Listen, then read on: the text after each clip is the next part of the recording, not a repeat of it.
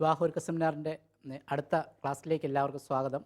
ഇന്ന് നമ്മൾ പ്രധാനമായിട്ട് ചർച്ച ചെയ്യാൻ ഉദ്ദേശിക്കുന്നത് വിവാഹം, അതോടൊപ്പം തന്നെ വിവാഹം കഴിഞ്ഞാലുള്ള ദമ്പതിമാരുടെ സങ്കല്പങ്ങളിൽ ഏറ്റവും പ്രധാനപ്പെട്ട ആദ്യ രാത്രി, പിന്നെ നോർമലായിട്ടുള്ള സ്ത്രീ പുരുഷ ലൈംഗിക ബന്ധം. ഈ മൂന്ന് കാര്യങ്ങളെക്കുറിച്ചുള്ള കുറച്ച് ബേസിക് കാര്യങ്ങളാണ് നമ്മൾ ചർച്ച ചെയ്യാൻ പോകുന്നത്. വിവാഹത്തെക്കുറിച്ച് പറയുമ്പോൾ നമുക്കറിയാം, ആരൊക്കെ തമ്മിലാണ് വിവാഹം കഴിക്കുന്നത്? സ്ത്രീയും പുരുഷനും, അല്ലേ? എങ്കിൽ പോലും നമ്മൾ പലപ്പോഴും കുറേ കാര്യങ്ങൾ പരിഗണിക്കാറുണ്ട്. പ്രത്യേകിച്ച് നമ്മുടെ കേരളീയ സംസ്കാരം വെച്ച് പരിഗണിക്കുന്ന ചില കാര്യങ്ങൾ എന്ന് പറഞ്ഞാൽ, ഒന്ന് നമ്മൾ പറയും പ്രായം. ആർക്കായിരിക്കണം പ്രായം കൂടുതൽ? പുരുഷന്, അല്ലേ?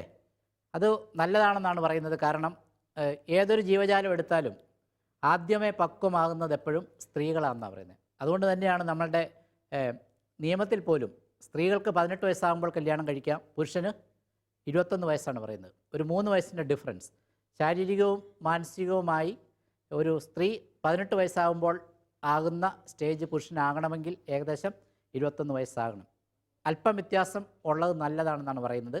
ഒരേ പ്രായമായ കുഴപ്പമുണ്ടോ? പുരുഷന് പ്രായം കുറഞ്ഞാലോ? ഇതൊക്കെ വലിയ ഇഷ്യൂസാണ്, അല്ലേ? രണ്ടാമത് പരിഗണിക്കുന്ന ഒരു കാര്യം നമ്മൾ പറയും ഉയരം. ഉയരം ആർക്കായിരിക്കണം കൂടുതൽ? അവിടെയും പുരുഷനല്ലേ? എനിക്കറിയാം, എൻ്റെ ഒരു സുഹൃത്തുണ്ടായിരുന്നു. പുള്ളി പെണ്ണ് കാണാൻ പോകുന്നിടത്തെല്ലാം ടേപ്പുമായിട്ടാണ് പോകുന്നത്. ആദ്യമേ അളക്കും കേട്ടോ. ശകലം വ്യത്യാസം ഉണ്ടെങ്കിൽ സമ്മതിക്കത്തില്ല. മൂന്നാമത് പറയുന്നത് വിദ്യാഭ്യാസം. ആർക്കായിരിക്കണം വിദ്യാഭ്യാസം കൂടുതൽ? ഇങ്ങനെ പറഞ്ഞപ്പോഴാണ് പുരുഷന്മാർ പറഞ്ഞത്, ആദ്യത്തെ രണ്ടും ഞങ്ങൾ എടുത്തില്ലേ, പിന്നെ എന്നാ നിങ്ങൾ മറ്റ് എടുത്തോ, അല്ലേ? വിദ്യാഭ്യാസം, പിന്നെ നമ്മൾ ജോലി, അല്ലേ? അങ്ങനെയുള്ള കുറച്ച് കാര്യങ്ങളൊക്കെ നമ്മൾ പരിഗണിക്കാറുണ്ട്. എനിക്ക് ഇതെല്ലാം കൂടെ കൂട്ടി ഒറ്റ സെൻറ്റൻസിൽ പറയാനുള്ളത്, തമ്മിൽ ചേരുന്നതേ ചേരാവൂ കേട്ടോ. കാരണം നമ്മൾ ഒത്തിരി ഡിഫറൻസ് എപ്പോഴും വന്നു കഴിഞ്ഞാൽ അതൊക്കെ നമ്മളുടെ നോർമലായിട്ടുള്ള വിവാഹ ജീവിതത്തിൽ ചില ഇഷ്യൂസ് ഉണ്ടാക്കാം. അതിനെക്കുറിച്ചുള്ള ക്ലാസ്സുകളൊക്കെ നിങ്ങൾക്ക് കിട്ടിയിട്ടുണ്ട്. ഇനി മറ്റൊരു കാര്യം പറയുന്നത്, വിവാഹത്തിൻ്റെ തീയതി നിശ്ചയിക്കുന്ന ആരാ? എന്ന് കല്യാണം നടത്തണം എന്ന് തീരുമാനിക്കുന്ന ആരാ? അതിനായിട്ട് തന്നെ ജനിച്ച കുറച്ച് പേരുണ്ട്. അവരുടെ പേരാണ് കാർന്നോന്മാർ. അവർ അന്ന് രാവിലെ വരും കേട്ടോ. ഇവിടെ ഞാൻ ഒരു സ്ഥലത്ത് ഒരു വീട്ടിൽ ചെന്നപ്പോഴത്തേക്കും ആംബുലൻസെ കൊണ്ടിരുന്നു, കംപ്ലീറ്റ് ട്യൂബ് ഇട്ടിരിക്കുക. കാർന്നവർ വന്നിട്ട് വേണം തീയതി നിശ്ചയിക്കാൻ കേട്ടോ. വിവാഹത്തിൻ്റെ തീയതി നിശ്ചയിക്കുമ്പോൾ വിവാഹം കഴിക്കുന്ന പുരുഷനോട് ആണോ പെൺകുട്ടിയോട് വേണോ പ്രധാനമായും ചോദിക്കേണ്ടത്? പെൺകുട്ടികളോടാന്ന് പറഞ്ഞു, അല്ലേ? എന്തുകൊണ്ടാണ്? അതിനൊരു ഉത്തരവുണ്ട്. എല്ലാ പുരുഷന്മാരും പറയുന്നതാണ്, വിവാഹത്തിൻ്റെ ആദ്യ നാളുകളിൽ കഴിയുമെങ്കിൽ ആർത്തവം പോലെയുള്ള കാര്യങ്ങൾ ഒഴിവാക്കുക. പുരുഷന്മാരെക്കുറിച്ച് അറിയാമല്ലോ, അല്ലേ? 10-12 വയസ്സായപ്പോൾ കിട്ടിയൊരു കഴിവാണ്. ഇപ്പോൾ വയസ്സ് 30ആയി. കഴിഞ്ഞ 18 വർഷം ഈ കഴിവുമായിട്ട് ലോകത്തിൻ്റെ നാനാഭാഗങ്ങളിൽ അലഞ്ഞു തിരിഞ്ഞിട്ട് വരുന്ന വരവാണ്. അപ്പോഴാണ് പറയുന്ന കുറച്ചുകൂടി ഒന്ന് വെയിറ്റ് ചെയ്യാൻ, അല്ലേ? അതുകൊണ്ട് അത് കാണിക്കുന്നത് എന്താണെന്ന് വെച്ച് കഴിഞ്ഞാൽ, വിവാഹ ജീവിതത്തിൽ സെക്സ് വളരെ പ്രധാനപ്പെട്ടതാണ്. അതുകൊണ്ട് കഴിവതും വിവാഹത്തിൻ്റെ തീയതിയൊക്കെ നിശ്ചയിക്കുമ്പോൾ അങ്ങനെ ഉള്ള കാര്യങ്ങളും കൂടെ പരിഗണിക്കുന്നത് എപ്പോഴും ആരോഗ്യപരമായിട്ട് എപ്പോഴും നല്ലതാണ്. എന്നും പറഞ്ഞ് ഡേറ്റ് മാറ്റി വയ്ക്കാൻ മരുന്നുകളൊന്നും കഴിക്കേണ്ട ആവശ്യമില്ല. ഇനി വിവാഹം, അല്ലേ? വിവാഹത്തെക്കുറിച്ചുള്ള ക്ലാസ്സുകളെല്ലാം നിങ്ങൾക്ക് കഴിഞ്ഞു. ഒരു കാര്യം മാത്രം പറയാം. പുരുഷന്മാരുടെ ഇടയിലുള്ള പണ്ടോട്ടേ ഉള്ള ഒരു തെറ്റായ ധാരണയാണ്, താലി കെട്ടുമ്പോൾ കൈ വിറയ്ക്കും, അല്ലേ? വിറയ്ക്കുമോ? യാതൊരു അടിസ്ഥാനവുമില്ലാത്തൊരു കാര്യമാണ് കേട്ടോ. താലി കെട്ടുമ്പോൾ കൈ വിറയ്ക്കുന്ന ആളാണെങ്കിൽ അയാളുടെ ബാക്കി കാര്യങ്ങളെല്ലാം അതിലും പോക്കായിരിക്കും കേട്ടോ. അപ്പം അതുകൊണ്ട് ഇങ്ങനത്തെ വേണ്ടാത്ത കാര്യങ്ങളൊക്കെ ഇതൊരു ചെയിൻ പോലെയാണ്, ഇങ്ങനെ പഠിച്ച് വെച്ചിരിക്കുകയാണ്, അല്ലേ? പോട്ടെ, അതെല്ലാം നമുക്ക് വിട്ടുകളയാം. വിവാഹം കഴിഞ്ഞാൽ പിന്നത്തെ ചിന്ത മുഴുവനും എന്തിനെ ചുറ്റിപ്പറ്റിയാണ്? വിവാഹം കഴിഞ്ഞ ദമ്പതികളുടെ മനസ്സിലെ അടുത്ത സങ്കല്പങ്ങൾ മുഴുവനും എന്തിനെ ചുറ്റിപ്പറ്റിയാണ്? വിവാഹം കഴിഞ്ഞിട്ടുള്ള ആദ്യ ദിവസത്തെ രാത്രിയുടെ പേര് ആദ്യ രാത്രി, അല്ലേ? ആദ്യ രാത്രി എവിടെ വേണം? ഭർത്താവിൻ്റെ വീട്ടിൽ വേണോ, ഭാര്യയുടെ വീട്ടിൽ വേണോ? അതൊക്കെ വലിയ ഡിബേറ്റബിളാണ്, അല്ലേ? പക്ഷേ നമ്മളുടെ സംസ്കാരം അനുസരിച്ച് ആദ്യ രാത്രി എവിടെയായിരിക്കും? പുരുഷൻ്റെ വീട്ടിൽ. സ്ത്രീയുടെ വീട്ടിലാണെങ്കിൽ കുഴപ്പമുണ്ടോ? ഒരു കുഴപ്പമില്ല. ഏതാണ് കൂടുതൽ കംഫർട്ടബിൾ? ആദ്യ രാത്രി പുരുഷൻ്റെ വീട്ടിലാകുന്നതാണോ സ്ത്രീയുടെ വീട്ടിലാകുന്നതാണോ?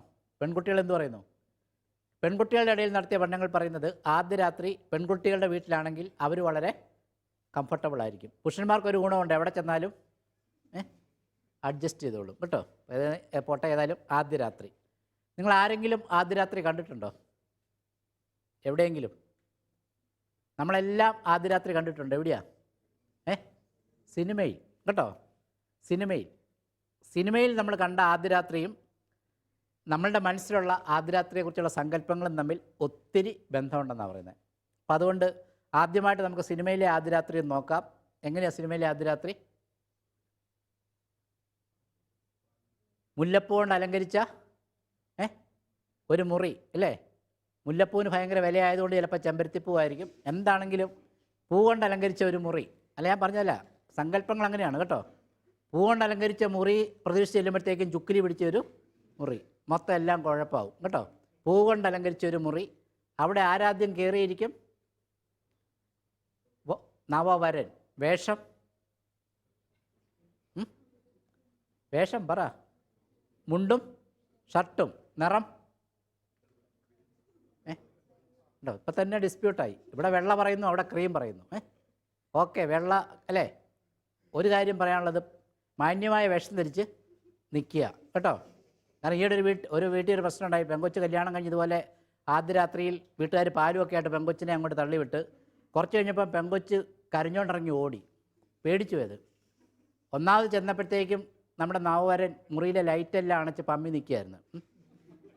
അവസാനം ഈ പെൺകുട്ടി എന്ന് ലൈറ്റ് ഇട്ടപ്പോഴത്തേക്കും നിൽക്കുന്ന ഒരു ബെർമുഡ, നടുക്കൂടെ വള്ളിയൊക്കെ ഉള്ള ഒരെണ്ണം, അതിൻ്റെ മുകളിൽ ഒരു കറുത്ത ടീഷർട്ടിൽ തലയോട്ടി, മറ്റേ അസ്ഥി കേട്ടോ. ഇതെല്ലാം സഹിക്കുക. അതിൻ്റെ അടിയിലൊരു എഴുത്തുകൂടി ഉണ്ടായിരുന്നു, ഐ വിൽ റേപ്പ് യു. പാവം പെൺകുട്ടി കോഴിക്കൊണ്ടിറങ്ങി ഓടി കേട്ടോ. കാരണം മര്യാദയ്ക്ക് വേഷമൊക്കെ ഇട്ട് അടങ്ങി അവിടെ നിൽക്കുക. അപ്പോൾ നമ്മളുടെ നവവധു എന്തുമായിട്ട് വരും? പാലുമായിട്ട് വരുന്നു അല്ലേ? എത്രയോ കൊല്ലങ്ങളായി ഈ പാലിന് മാത്രം യാതൊരു മാറ്റം ഉണ്ടായിട്ടില്ല. എന്ത് പാത്രത്തിൽ കൊണ്ടുവരും? ഗ്ലാസ് അല്ലേ? ചില്ല് ഗ്ലാസ് ആണോ സ്റ്റീൽ ഗ്ലാസ് ആണോ? ചില്ല് ഗ്ലാസ് കേട്ടോ. ഇതൊക്കെ ഉണ്ടോ? എന്ത് പഠിച്ചു വെച്ചിരിക്കുകയാണ് അല്ലേ? ചില്ല് ഗ്ലാസ്സിൽ പാലുമായിട്ട് നമ്മളുടെ നവവധു വരുന്നു. വേഷം സെറ്റ് സാരി ആണോ? എന്തേലും ആയിക്കോട്ടെ അല്ലേ? വരുന്നു. ആരാദ്യം കുടിക്കും? ഭർത്താവ് കുടിക്കുമോ ഭാര്യ കുടിക്കുമോ? അങ്ങനെ ചോദിച്ചപ്പോൾ ഒരാൾ ഞാൻ പൂച്ച കുടിക്കുമെന്ന് അല്ലേ? ആര് കുടിക്കും? ഭർത്താവ് കുടിക്കും. എന്തിയരെ? പകുതി കേട്ടോ. അതൊക്കെ സൂക്ഷിച്ച് വേണം. ചിലപ്പോൾ പകൽ മുഴുവൻ ഒന്നും കഴിക്കാതെ വിശന്ന് നിൽക്കുകയായിരിക്കും. അപ്പോഴാണ് ഒരു ഗ്ലാസ് പാല് കിട്ടുന്നത്. അത് മുഴുവനൂടെ അടിച്ചകത്താക്കല് കേട്ടോ. പകുതി കുടിക്കും, ബാക്കി ആര് കുടിക്കും? ഭാര്യ കുടിക്കും അല്ലേ? അതിനുശേഷം സിനിമയിലാണ്. അതിനുശേഷം സിനിമയിൽ. അങ്ങനെ ചോദിച്ചപ്പോഴാണ് ഒരാൾ പറഞ്ഞത് ട്രെയിൻ കടന്നു പോകുന്നു എന്ന്. ഒരാൾ ആ സിനിമ 4 പ്രാവശ്യം കണ്ടു കേട്ടോ. കാരണം എപ്പോഴെങ്കിലും ട്രെയിൻ ലേറ്റ് ആവുമെന്നും വെച്ച്. ലേറ്റ് ആയില്ല, എന്നും ട്രെയിൻ കടന്നു പോകുന്നു അല്ലേ? സിനിമയിൽ കാണുന്ന മറ്റൊരു പ്രത്യേകതയുണ്ട്. കാരണം പാലെല്ലാം കുടി കഴിഞ്ഞിട്ട് നവവരൻ ആ മുറിയുടെ ഒരു ജനൽ തള്ളി തുറക്കുന്നു. അതാ നിൽക്കുന്നു ചന്ദ്രൻ. അപ്പുറത്തെ വീട്ടിലല്ല, വട്ടത്തിലുള്ള ചന്ദ്രൻ. ഈ ചന്ദ്രനെ കണ്ടു കഴിയുമ്പോഴേ നമ്മുടെ നവവരൻ എന്ത് ചെയ്യും? ഉഗ്രൻ ഒരു പാട്ട് പാടും കേട്ടോ. ഞാൻ പറഞ്ഞത് മനഃപൂർവ്വം പറഞ്ഞാണ്. എന്തിനാണെന്ന് വെച്ച് കഴിഞ്ഞാൽ നമ്മളുടെ നാട്ടിലും വീട്ടിലുമൊക്കെ എത്ര കല്യാണങ്ങൾ നടന്നിരിക്കുന്നു. ഏതെങ്കിലും നവവരൻ രാത്രിയിൽ പാട്ട് പാടുന്ന കേട്ടിട്ടുണ്ടോ? ഇനി എങ്ങാനും പാടിയാൽ പിറ്റേ ദിവസം രാവിലെ തന്നെ ഒരു വണ്ടി വിളിച്ച് ഈ നവവരനെ ഒരു പ്രത്യേക ഡോക്ടറെ എടുത്തുകൊണ്ട് പോകും. ഏതാ? പട്ടാങ്ങർ അല്ലേ? ഇതിനകത്തുള്ളൊരു മെസ്സേജ് എന്നാന്ന് വെച്ച് കഴിഞ്ഞാൽ ആവശ്യമില്ലാത്ത സങ്കല്പങ്ങളൊന്നും വേണ്ട കേട്ടോ. ഒറ്റ തീരുമാനം എടുത്താൽ മതി, വരുന്നിടത്ത് വെച്ച് കാണാം. പ്രത്യേകിച്ചും പെൺകുട്ടികൾക്കാണ് ആവശ്യമില്ലാത്ത ഒത്തിരി സങ്കല്പങ്ങൾ മനസ്സിൽ കാണും. അതിൻ്റെ ഒന്നും ആവശ്യമില്ല. പുതിയൊരു വീട്ടിലേക്കാണ് ചെല്ലുന്നത്. അവിടെ ഉള്ള സാഹചര്യത്തിൽ ഉള്ള സൗകര്യത്തിൽ നമ്മൾക്ക് ആദ്യ രാത്രി ആഘോഷിക്കാം അല്ലേ? ആദ്യ രാത്രിയുടെ പ്രാധാന്യം എന്നാന്ന് വെച്ച് കഴിഞ്ഞാൽ വ്യത്യസ്ത സാഹചര്യത്തിൽ ജീവിച്ച ഒരു പുരുഷനും സ്ത്രീയും ഒരുമിച്ച് ജീവിക്കാൻ തുടങ്ങുന്ന ആദ്യത്തെ ദിവസം. ലൈംഗികതയുമായി ബന്ധപ്പെടുത്തി പറയുകയാണെങ്കിൽ പറയുന്നത് അധികം അടുത്ത് പരിചയമില്ലാത്തവരാണെങ്കിൽ ആദ്യ രാത്രിയിൽ ലൈംഗിക കാര്യങ്ങളിലേക്ക് കടക്കാതിരിക്കുക എന്നാണ് പറയുന്നത്. പക്ഷേ നമുക്കറിയാം ഇപ്പം നമുക്ക് ഒരു 80% വിവാഹങ്ങളും വിവാഹത്തിന് മുമ്പ് പരിചയപ്പെടാനുള്ള അവസരം ഉണ്ടോ ഇല്ലയോ? ഉണ്ട് അല്ലേ? കാരണം പണ്ടൊക്കെ എന്ന് പറഞ്ഞു കഴിഞ്ഞാൽ കല്യാണം കഴിക്കാൻ പോകുന്ന പെൺകുട്ടി ഭർത്താവിനെ ആദ്യമായിട്ട് കാണുന്നത് ചിലപ്പോൾ പള്ളിയിൽ വെച്ചായിരിക്കും അല്ലേ? ആ സാഹചര്യമൊക്കെ മാറി പരസ്പരം അടുത്തറിയാവുന്ന നമ്മൾ എങ്കിലും ആദ്യ രാത്രി ലൈംഗിക കാര്യങ്ങളിലേക്ക് കടക്കേണ്ട ആവേശമൊന്നും കാണിക്കണ്ട. അതിനെക്കുറിച്ച് പറയുന്നത് ഇത് വൺ ഡേ മാച്ചൊന്നുമല്ല, വലിയ ബഹളം വയ്ക്കേണ്ട കാര്യമില്ല അല്ലേ, ടെസ്റ്റ് മാച്ച് പോലെയാണെന്നാണ് പറഞ്ഞത്. അപ്പോൾ അതുകൊണ്ട് സമയമുണ്ട്, അതുകൊണ്ട് അതിനെക്കുറിച്ച് വലിയ ടെൻഷനൊന്നും വേണ്ട. പുരുഷന്മാരെക്കുറിച്ച് പറയുന്നത് ഇനി സെക്സുമായി ബന്ധപ്പെട്ട മറ്റു കാര്യങ്ങൾ പറയുന്നത്, പുരുഷന്മാരെക്കുറിച്ച് പറയുന്നത് എന്താണെന്ന് വെച്ച് കഴിഞ്ഞാൽ പുരുഷന്മാർക്ക് വളരെ പെട്ടെന്ന് ലൈംഗിക ഉത്തേജനം ഉണ്ടാവും. പ്രത്യേകിച്ച് കാരണമൊന്നും വേണ്ട. ഒരാൾ തമാശയായിട്ട് പറയായിരുന്നു, ബൈക്കിൽ പോയപ്പോൾ ഒരു പോസ്റ്റർ കണ്ടതേ ഉള്ളൂ സിനിമയുടെ, വളരെ പെട്ടെന്ന് ലൈംഗികമായി ഉത്തേജിപ്പിക്കപ്പെടും. പുരുഷൻ്റെ ലൈംഗിക ഉത്തേജനത്തെ ബലൂൺ വീർപ്പിക്കുന്നതിനോടാണ് സാദൃശ്യപ്പെടുത്തിയിരിക്കുന്നത്. ബലൂൺ വീർപ്പിച്ച് അവസാനം എന്നാ പറ്റും? പൊട്ടിപ്പോവും അല്ലേ. പുരുഷൻ്റെ ലൈംഗിക ഉത്തേജനം ഒരു പരിധി കഴിഞ്ഞാൽ, ഇജാക്കുലേഷൻ അല്ലെങ്കിൽ സ്ഖലനം നടന്നു കഴിഞ്ഞാൽ വളരെ പെട്ടെന്ന് വീണ്ടും പഴയ നിലയിലേക്ക് വരും. സ്ത്രീയെ സംബന്ധിച്ച് പറയുന്നത്, സ്ത്രീയുടെ ലൈംഗിക ഉത്തേജനം എന്ന് പറയുന്നത് വളരെ സാവധാനമാണ്. ലൈംഗിക ഉത്തേജനം ഉണ്ടായിക്കഴിഞ്ഞാൽ അത് കൂടുതൽ സമയം നീണ്ടു നിൽക്കും. അതതിൻ്റെ ഒരു മാക്സിമം സ്റ്റേജിലെത്തുമ്പോൾ നമ്മൾ ഓർഗാസം എന്ന വാക്കാണ് ഉപയോഗിക്കുന്നത്, അല്ലെങ്കിൽ രതിമൂർച്ച എന്ന് പറയും. ആ സ്റ്റേജ് കഴിഞ്ഞാൽ പിന്നെയും കുറേ സമയം കൂടെ നീണ്ടു നിൽക്കും. ഇത് താരതമ്യപ്പെടുത്തിയിരിക്കുന്നത് പുരുഷനെ കരയോടാണ് സാമ്യപ്പെടുത്തിയിരിക്കുന്നത്. കരയുടെ പ്രത്യേകത എന്നാന്ന് വെച്ചാൽ പെട്ടെന്ന് ചൂട് പിടിക്കും, പെട്ടെന്ന് തണുക്കും. സ്ത്രീയെ കടലിനോടാണ് സാമ്യപ്പെടുത്തിയിരിക്കുന്നത്. വളരെ സാവധാനം മാത്രമേ ചൂട് പിടിക്കുകയുള്ളൂ, വളരെ സാവധാനം മാത്രമേ തണുക്കുകയുള്ളൂ. ഇത് പറഞ്ഞത് എന്തിനാണെന്ന് വെച്ച് കഴിഞ്ഞാൽ, വിവാഹ ജീവിതത്തിൽ ലൈംഗിക കാര്യങ്ങളിൽ ആർക്ക് വേണം പരിഗണന കൊടുക്കാൻ?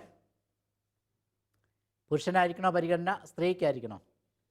പരിഗണന എപ്പോഴും സ്ത്രീക്കായിരിക്കണം. ആ ഒരു കാര്യം പ്രത്യേകം ഓർക്കുക. കാരണം പലപ്പോഴും ലൈംഗിക കാര്യങ്ങളിൽ മുൻകൈ എടുക്കുന്നത് പുരുഷനായിരിക്കും. പുരുഷനോട് പൂർണ്ണമായും സഹകരിക്കേണ്ട ചുമതല സ്ത്രീക്കാണ്. അതുപോലെ തന്നെ പുരുഷൻ വിചാരിക്കേണ്ട മറ്റൊരു കാര്യം എന്താണെന്ന് വെച്ച് കഴിഞ്ഞാൽ, പരിഗണന എപ്പോഴും സ്ത്രീക്കായിരിക്കണം. അതുപോലെ വിവാഹം കഴിഞ്ഞിട്ട് പോകുന്നൊരു യാത്രയുണ്ടല്ലോ, ഹണിമൂൺ, വേണോ വേണ്ടയോ? മറ്റ് ബാധ്യതകളൊന്നും ഇല്ലെങ്കിൽ ഒരു യാത്ര എപ്പോഴും നല്ലതാണ് കേട്ടോ. ഞാൻ ഈയിടെ ഒരു ഹണിമൂൺ ട്രൂപ്പിനെ മൂന്നാറിൽ വെച്ച് കണ്ടായിരുന്നു. ചേട്ടൻ്റെ പിള്ളേരും വല്യമ്മയൊക്കെ അടക്കം 12 പേര്, ഒരു ടാറ്റാസുമോ നിറച്ച് കേട്ടോ. വല്യമ്മയ്ക്ക് പാതിരായ്ക്ക് വരയാടിനെ കാണണം. ഒറ്റ എണ്ണത്തിനെ കൊണ്ടുപോകരുത് കേട്ടോ. ഹണിമൂണിന് പോവുകയാണെങ്കിൽ തന്നെ പൊക്കോണം, ഒറ്റ എണ്ണത്തിനെ കൊണ്ടുപോകരുത്. ഹണിമൂണിൻ്റെ ഒരു അഡ്വാൻറ്റേജ് എന്ന് പറയുന്നത് പരസ്പരം അടുത്തറിയാനുള്ള ഒരവസരം. വീടിൻ്റെ ഉള്ളിൽ പല ഇൻഹിബിഷൻസും നമുക്ക് കാണും, അതെല്ലാം മാറി തമ്മിൽ പരസ്പരം അറിയാനും മനസ്സ് തുറന്ന് സംസാരിക്കാനും ഒക്കെ ഉള്ള ഒരു അവസരമായിട്ടാണ് ഹണിമൂണിനെ നമ്മൾ കാണുന്നത്. ഇനി നമ്മൾ സെക്സുമായി ബന്ധപ്പെട്ട കാര്യങ്ങളിലേക്ക് വരുമ്പോൾ, ആദ്യരാത്രിയെക്കുറിച്ച് പറഞ്ഞത് ചിലർ പറയുന്ന മനഃശാസ്ത്രന്മാരൊക്കെ പറയുന്നത് ആദ്യരാത്രി ലൈംഗിക കാര്യങ്ങളിലേക്ക് കടക്കാതിരിക്കുക എന്ന് പറയുമ്പോഴത്തേക്ക് ചിലർ പറയും, അങ്ങനെയാണ് നമുക്കിനി കഥ പറഞ്ഞിരിക്കാം. ഭർത്താവ് കഥയുടെ കെട്ടഴിക്കും, ഞാൻ ആരാണെന്നറിയാമായിരുന്നോ, കോളേജിൽ പഠിക്കുമ്പോൾ എനിക്ക് 5-6 ലൈൻ ഉണ്ടായിരുന്നു, എന്നെ പേടിച്ചൊരു പെണ്ണ് സന്ധ്യ കഴിഞ്ഞാൽ പുറത്തിറങ്ങത്തില്ല, ഇങ്ങനെയൊക്കെ പറഞ്ഞ് പോയിട്ട് പറയും. പാവം പെങ്കൊച്ചോട് നിൻ്റെ കാര്യമൊക്കെ എന്ന് പറയാൻ പറയും. പെങ്കൊച്ചോർക്കും ചേട്ടൻ ഇത്രയൊക്കെ പറഞ്ഞല്ലേ, കൂടെ പഠിക്കുന്ന പയ്യൻ്റെ കൂടെ ഒരു പ്രാവശ്യം ഐസ്ക്രീം തിന്നാൻ പോയ കാര്യം പറഞ്ഞേക്കാം. പറയണോ വേണ്ടയോ? വേണ്ട കേട്ടോ. വിവാഹത്തിന് മുമ്പുള്ള ഒരു കാര്യവും വിവാഹത്തിന് ശേഷം ഷെയർ ചെയ്യേണ്ട. അത് വളരെ ബേസിക് ആയിട്ടുള്ളൊരു പ്രിൻസിപ്പിളാണ്. വിവാഹത്തിന് മുമ്പുള്ള ഒരു കാര്യവും വിവാഹത്തിന് ശേഷം ഷെയർ ചെയ്യേണ്ട. ഷെയർ ചെയ്യണമെന്നുണ്ടെങ്കിൽ വിവാഹത്തിന് മുമ്പ് ഷെയർ ചെയ്യുക. ഇനി സെക്സുമായി ബന്ധപ്പെട്ട കാര്യങ്ങളിലേക്ക് വരുമ്പോഴത്തേക്കും, സ്ത്രീ പുരുഷ ലൈംഗിക ബന്ധം, അതിനെക്കുറിച്ചുള്ള കുറച്ച് ബേസിക് കാര്യങ്ങൾ മാത്രം ഒന്ന് അറിഞ്ഞിരിക്കണം. നോർമലായിട്ടുള്ള സ്ത്രീ പുരുഷ ലൈംഗിക ബന്ധത്തിൽ ഇംഗ്ലീഷിൽ ഉപയോഗിക്കുന്ന വാക്ക് സെക്സ്വൽ ഇൻ്റർകോഴ്സ് എന്നാണ്. Sexual intercourse.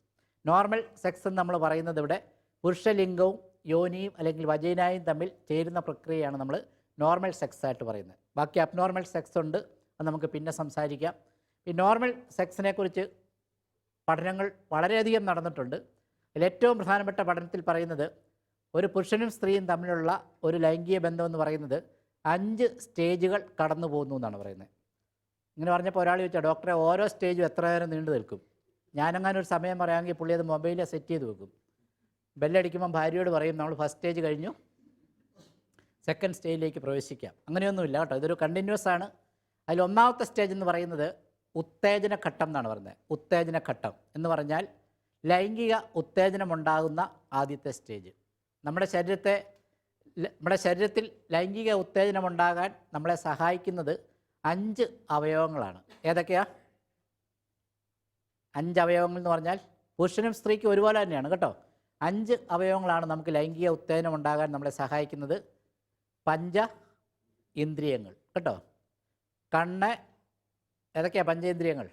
കണ്ണ്, ചെവി, മൂക്ക്, നാക്ക്, ത്വക്ക്. എല്ലാ സെൻസും നന്നായിട്ട് ഉപയോഗിക്കുക.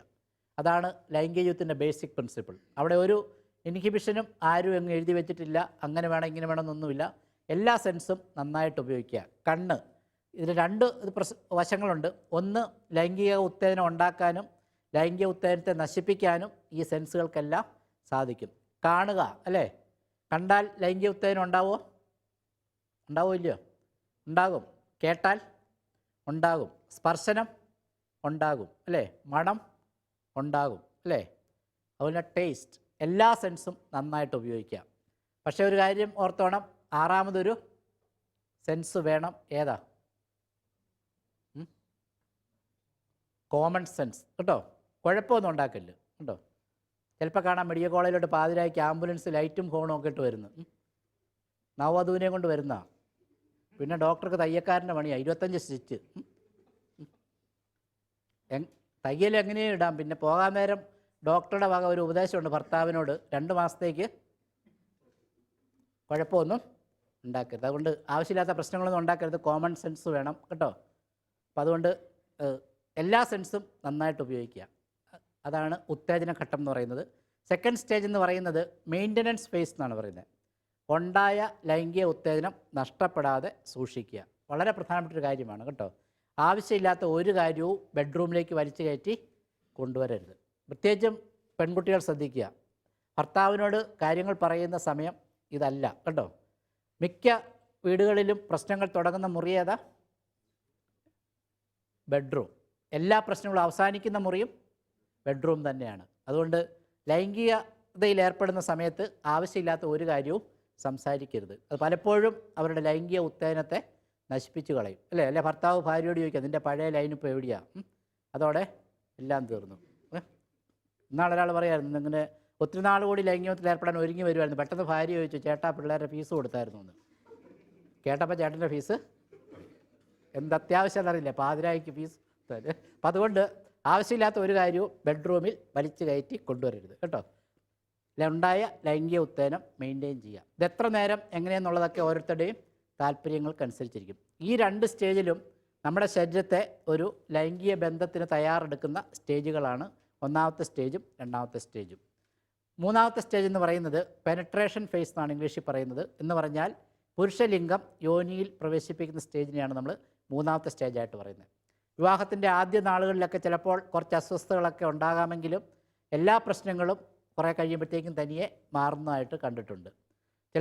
പ്രത്യേകിച്ചും പെൺകുട്ടികൾക്ക് ചിലർക്ക് സെക്സിനോടുള്ള അമിതമായിട്ടുള്ള പേടി, കാരണം എവിടെയെങ്കിലും പുസ്തകത്തിൽ വായിച്ചതോ അല്ലെങ്കിൽ സിനിമയിൽ കണ്ട സീനുകളിൽ നിന്നുള്ളതൊക്കെ ആയിട്ടുള്ള സെക്സിനോടുള്ള പേടി, അതുപോലെ തന്നെ ചില മാനസിക പ്രശ്നങ്ങൾ, വജൈനിസ്മസ് എന്നൊക്കെ പറഞ്ഞ ചില കണ്ടീഷൻസൊക്കെ ഉണ്ട്. ഇങ്ങനെയുള്ള കാര്യങ്ങളൊക്കെ ചിലപ്പോൾ ഇതിനിടയ്ക്ക് കയറി വരാമെങ്കിലും വലിയ പ്രശ്നങ്ങളൊന്നും ഇല്ലാതെ തന്നെ നോർമൽ സെക്സിലേക്ക് പോകാൻ കഴിയുന്നതായിട്ട് കണ്ടിട്ടുണ്ട്. മൂന്നാമത്തെ സ്റ്റേജ് അതാണ്.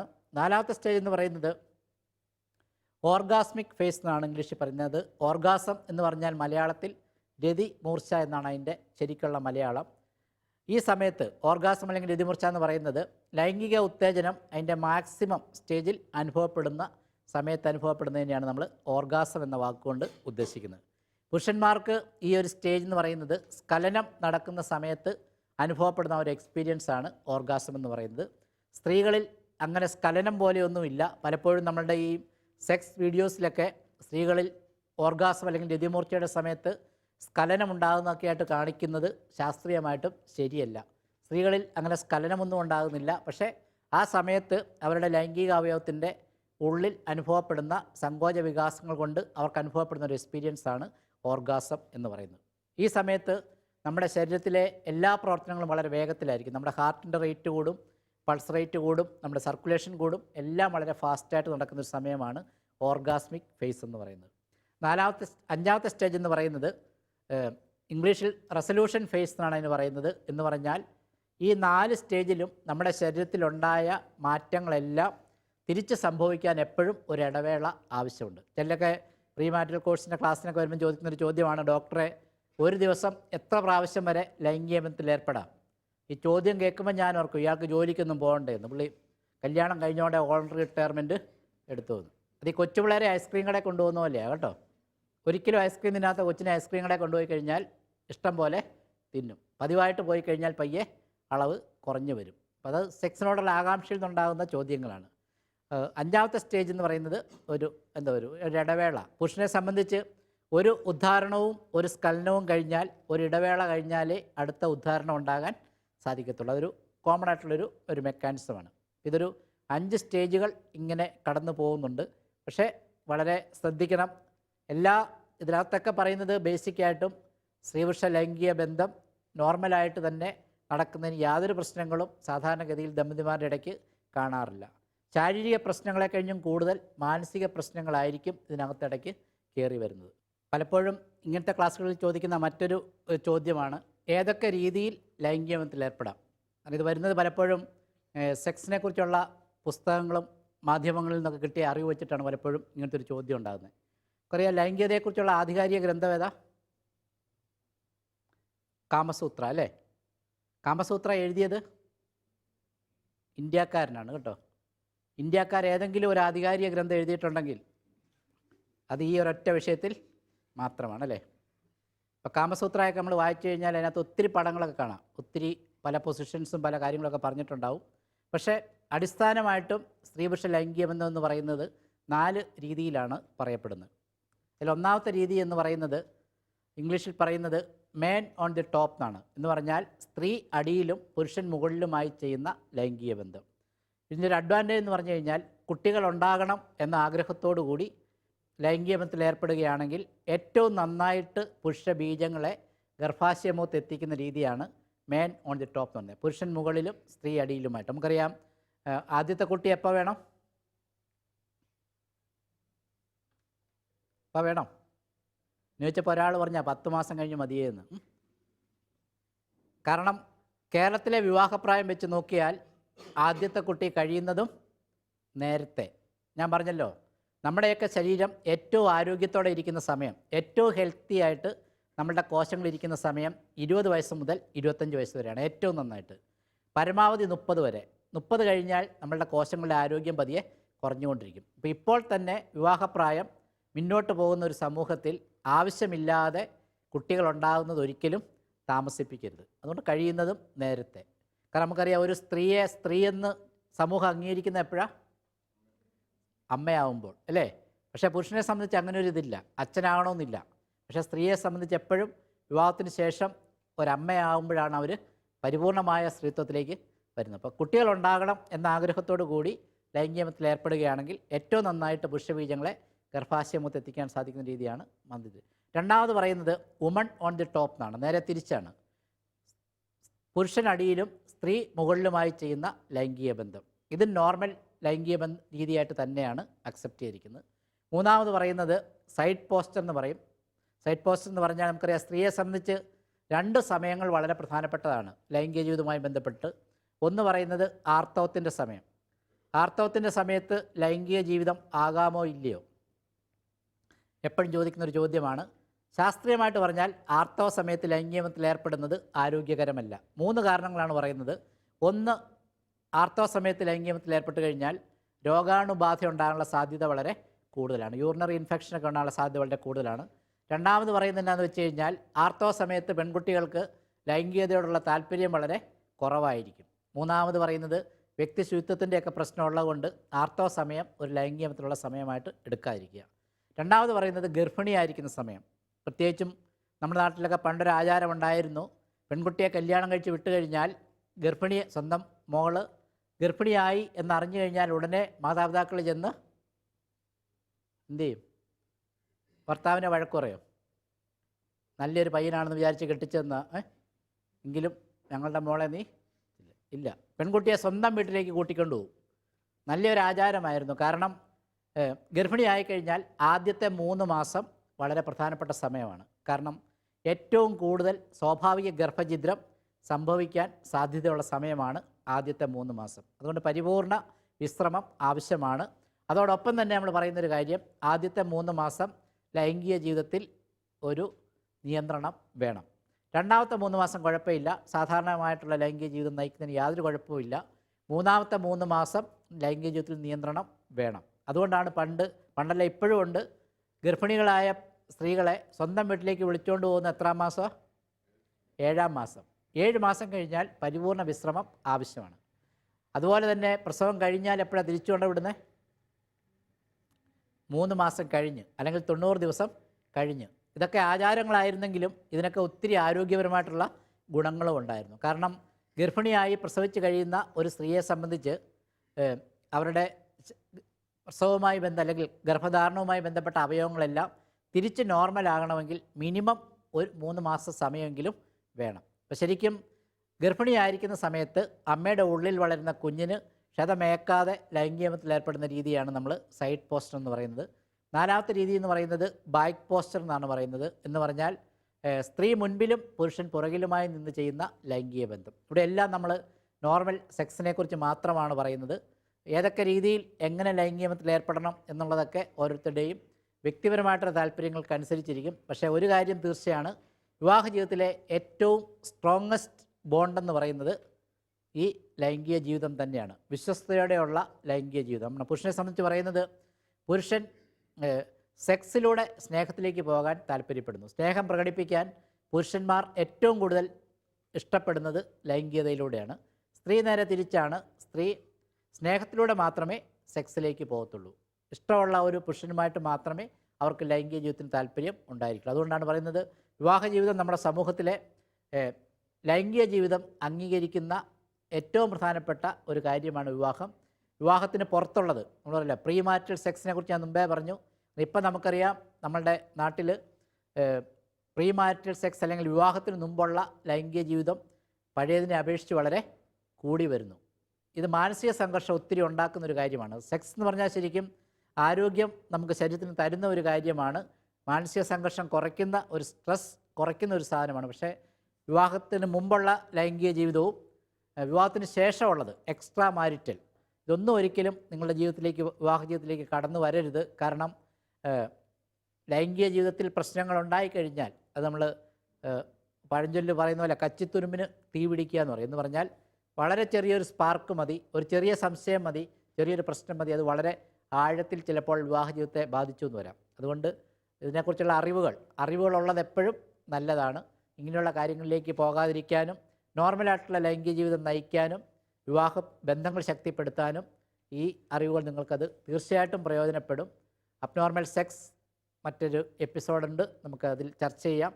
നോർമലായിട്ടുള്ള സെക്സിനെ കുറിച്ച് ഇത് പറയാൻ കാരണം, ഇപ്പോഴത്തെ പുതിയ തലമുറയ്ക്ക് കൂടുതലും അറിയാവുന്നത് നോർമൽ സെക്സിനെ കുറിച്ചാണോ അബ്നോർമൽ സെക്സിനെ കുറിച്ചാണോ? നിങ്ങളൊരിപ്പോൾ സർവേ നടത്തിയാൽ നമുക്ക് കാണാൻ സാധിക്കും, ഇപ്പോഴത്തെ പുതിയ യങ്ങർ ജനറേഷന് കൂടുതലും അറിയാവുന്നത് അബ്നോർമൽ സെക്സിനെ കുറിച്ചാണ്. അതാണ് ശരിക്കുള്ള സെക്സ് എന്നാണ് പലപ്പോഴും അവരുടെ മനസ്സിലുള്ള ധാരണകൾ. അത് വിവാഹ ജീവിതത്തിൽ ഒത്തിരി പ്രശ്നങ്ങൾ ഉണ്ടാക്കുന്നുണ്ട്. അറിവുള്ള ആളുകളുടെ ഇടയിൽ പോലും വിവാഹ ജീവിതത്തിൽ അബ്നോർമൽ സെക്സ് ഒരു വലിയ ഇഷ്യൂ ആണ്. അതുകൊണ്ട് അബ്നോർമൽ സെക്സിനെ കുറിച്ച് ശരിക്കും അറിയുക. അതാണ് നോർമലായിട്ടുള്ള വിവാഹ ജീവിതത്തിലെ ലൈംഗികത എന്ന് പറയുന്നത്. അബ്നോർമൽ സെക്സ് അത് മറ്റു വഴികളിലേക്ക് പോകുന്ന പല പ്രശ്നങ്ങളും ഉണ്ടാക്കുന്നൊരു കാര്യമാണെന്നും അറിയുക. ഈ എപ്പിസോഡ് ഇവിടെ അവസാനിക്കുകയാണ്. അടുത്ത ക്ലാസ്സിൽ നമ്മൾ അബ്നോർമൽ സെക്സ്, അതുപോലെ അബോർഷൻ അല്ല കോൺട്രാസെപ്ഷൻ അല്ലെങ്കിൽ ഗർഭനിരോധനം, നാച്ചുറൽ ഫാമിലി പ്ലാനിങ്, ഇത്രയും കാര്യങ്ങളും കൂടെ നമുക്ക് ഈ ഒരു പ്രീ മാരിറ്റൽ കോഴ്സിൻ്റെ ഭാഗമായിട്ട് പഠിക്കേണ്ടതുണ്ട്. ഈ ക്ലാസ് ഇന്ന് അവസാനിപ്പിക്കുന്നു. എല്ലാവർക്കും നന്ദി.